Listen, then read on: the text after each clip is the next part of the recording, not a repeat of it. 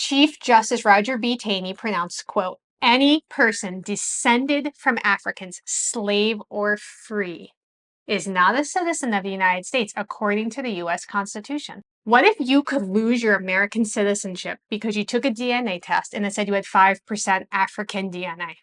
If this court case had not been overturned, that's exactly the world we would be living in. And so this court case matters to everyone. This court case matters to everyone, and understanding this court case is important for all of us. He could not even bring his case to court because he was not considered a citizen. So it didn't matter whether or not his case had standing. He had no standing to stand before the court to present it. Today we're going to talk about the Dred Scott decision. And I think this is one of those court cases that, at least for me, I knew about it, but I had never really studied it in depth and gotten the details for myself. I understood what it stood for. I understood the result of the decision, but I didn't understand the story leading up to it. And the story of Dred Scott, he was a man of African descent who was born into slavery. It's a story so riddled with complexity and contradictions that you almost feel like you're reading a Shakespearean drama. I think it's really important to understand the story holistically and not just as a court case. So Dred Scott sued for his freedom. And the stage, well, he tried to go all the way up to the Supreme Court. But let's go back to the year 1834. Now, if you're familiar with American history, you'll know that at this time, slavery is still illegal. And not every state, though. Some states have outlawed slavery. There have been different things happening. The Emancipation Proclamation has not been written yet. And this is where we find ourselves. And Scott was first brought from Missouri to Illinois, which was then a free state. And his owner at the time was Dr. Emerson. But Scott wasn't moved the way one moves a piece of furniture from house to house. He was forcibly displaced. This is a human being who was being owned by another human being, and he was taken far from home. And he was taken to live as an enslaved person in a place where the institution of slavery was not recognized by law. The Missouri Compromise of 1820 had declared that area, including Minnesota, as free. Slavery was not legal there. And it was this move that sowed the seeds for Dred Scott's argument later on in favor of his freedom. Scott's life took a twist of fate due to Emerson and his military career. Both Emerson and Scott were at Fort Armstrong in Illinois, a free state, and this is really important. The following year, they moved to a place called Fort Snelling, situated in what is today's Minnesota, but was then part of the Free Wisconsin Territory. He met and married Harriet Robinson, an enslaved woman who was owned by Lawrence Taliaferro.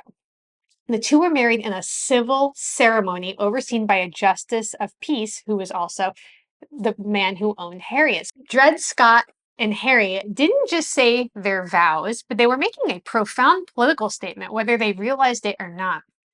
Supporters of Dred Scott's court case later on would point to this very moment and saying, see, they were being treated as free people because enslaved people were not allowed to have a ceremony overseen by the justice of the peace like this. It was an official ceremony. But after the marriage, Taliaferro, who oversaw the wedding and was also the person that owned Harriet, later transferred Harriet's ownership to Emerson, pulling them back into the harsh reality of being enslaved. And now they're together and they're still enslaved. So fast forward to 1838. Scott and his family were moved back to Missouri, a slave state. Now, you would think this move back, where he was originally enslaved, would snuff out any hope of freedom for Scott. He's been moving all around, now he's back. But it was in Missouri that he began the fight of his life. Upon Emerson's death, his widow, Irene, inherited the entire estate, and that included human beings, Dred Scott and his family. In an extraordinary move, Scott offered $300 for his family's freedom, an offer flatly refused by Irene. Fueled by rejection and perpetual dread that their daughters might be sold off, Dred and Harriet decided to try to take their battle to court. Dred Scott sued for his freedom based on this legal premise that his residence for a long time had been in free territories, and that should have made him free. So when he went from a slave state to a free territory, he's saying at that point I was a resident of this free territory, hence I should have been free and I still am free. It seems simple enough.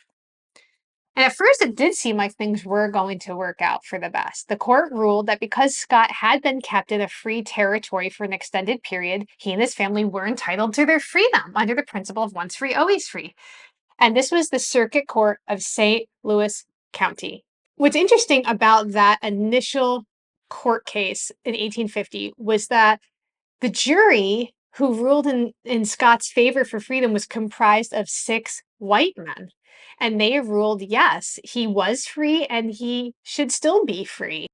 Mrs. Emerson, Irene, the former owner of the Scott family, appealed the case to the Missouri Supreme Court. So she was not going to let them go without a fight. Adding another layer of complexity, she had now relocated to Massachusetts and appointed her brother, John F.A. Sandford, to act on her behalf in the appeal. Then in 1852, the Missouri Supreme Court took a sharp turn. It stated that Missouri didn't have to honor the laws of the free states, especially in a climate of rising anti-slavery sentiment. The court also ruled that Congress never had the right to prohibit slavery in any territory, and that any ban on slavery was a violation of the Fifth Amendment, which prohibited denying property rights without due process of law. So the reason that the Missouri Supreme Court said, no, he can't have his freedom is because they said, well, he's property of this woman, and we can't deny property rights to this woman under the Fifth Amendment. So the Missouri Compromise, they said, was therefore unconstitutional. They suggested that Scott should have filed for his freedom when he was living in the Wisconsin Territory and basically, so sorry, too late, we can't help you. But undeterred, Scott decided to escalate his case to the federal court system, eventually reaching the U.S. Supreme Court. But there he encountered a harsh reality.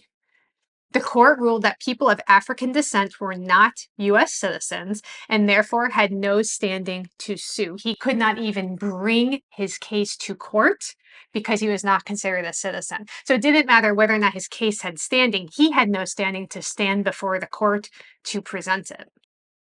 This was the most ridiculous catch-22, and there was nothing he could do. There was no real loophole that he could use to even get himself to stand before the court to plead his freedom.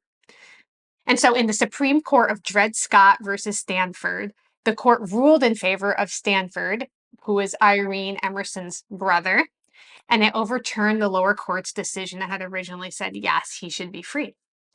And the court cited that Dred Scott had been a slave or was still a slave, and therefore the court had, quote, peculiar and limited jurisdiction, only hear cases brought before them by a citizen of the United States under Article 3 of the U.S. Constitution. Dred Scott, being a non-citizen, did not have legal standing to bring the case to court. Chief Justice Taney was the justice for this case, and he could have stopped there with this, but he didn't. And he went on to make an even more shocking statement, one that I think in a lot of ways put the one-drop rule into motion. According to Justice Taney, no one of African descent could claim citizenship. In a single stroke, he legally ostracized an entire segment of the population. Chief Justice Roger B. Taney pronounced, quote, any person descended from Africans, slave or free, is not a citizen of the United States according to the U.S. Constitution.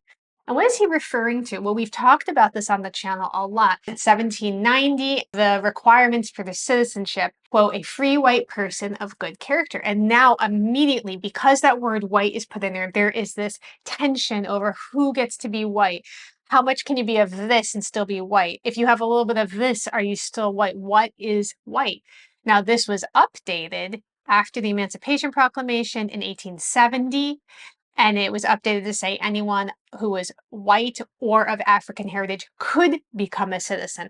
So the Dred Scott ruling did not have power for very long, but I still think it set in motion this mindset of anybody who is descended, anybody who has one drop doesn't count. Okay, this isn't just about Dred Scott, and it wasn't just about Dred Scott. It was about every individual of African descent in the United States from that point onward, even to leading to me sitting here in this chair. And what Taney did was institutionalize this concept that even one drop of African blood could disqualify you from the lofty title of an American citizen. Now, again, yes, this was overturned, and we're going to get to that. And yes, the Emancipation Proclamation came in and people were freed. And yes, the wording was changed to reflect the availability of citizenship to those of African descent, but this thing has already been set in motion. And so in this pivotal judgment, the U.S. Supreme Court ruled 7-2 against Dred Scott, declaring that he and anyone else of African descent had no claim to American citizenship. And this is something, it is impactful to me. And again, I don't walk around checking off boxes saying that I identify as African American. But if you've been on my channel for any amount of time, you know part of my journey has been researching my genealogy and my ancestry, and trying to understand why my mom's grandmother was not forthcoming about what she knew. And I know there was a lot that she didn't even know, was not shared with her.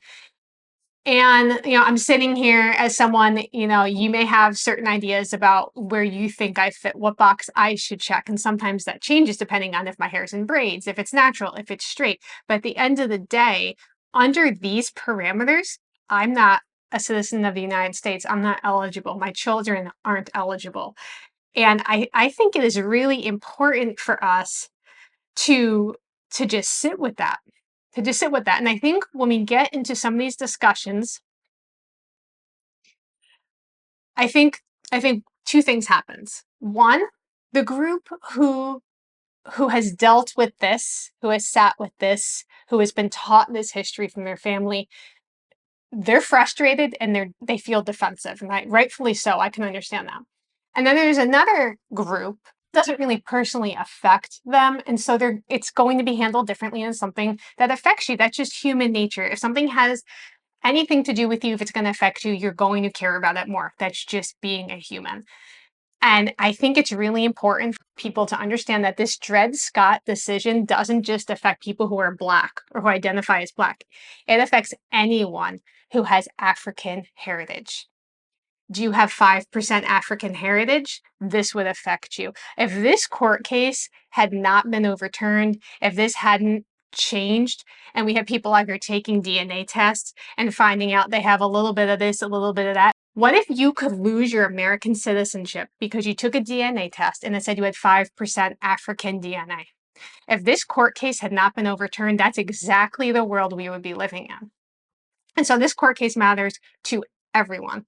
This court case matters to everyone, and understanding this court case is important for all of us. In attempting to define who should not be an American, this case unintentionally or intentionally rallied people to consider who could be an American.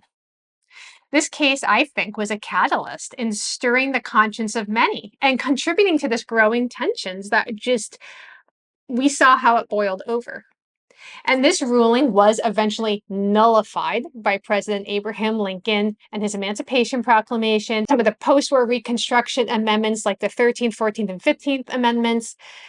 And in an ironic historical footnote that you may find as interesting, I hope, as I did, Justice Taney is the one who went on to later swear in Abraham Lincoln, the great emancipator, as President of the United States in 1861. As for the Scott family, they were set free through a private agreement in 1857, but tragically, Dred Scott passed away just a year later from tuberculosis. What defines American identity?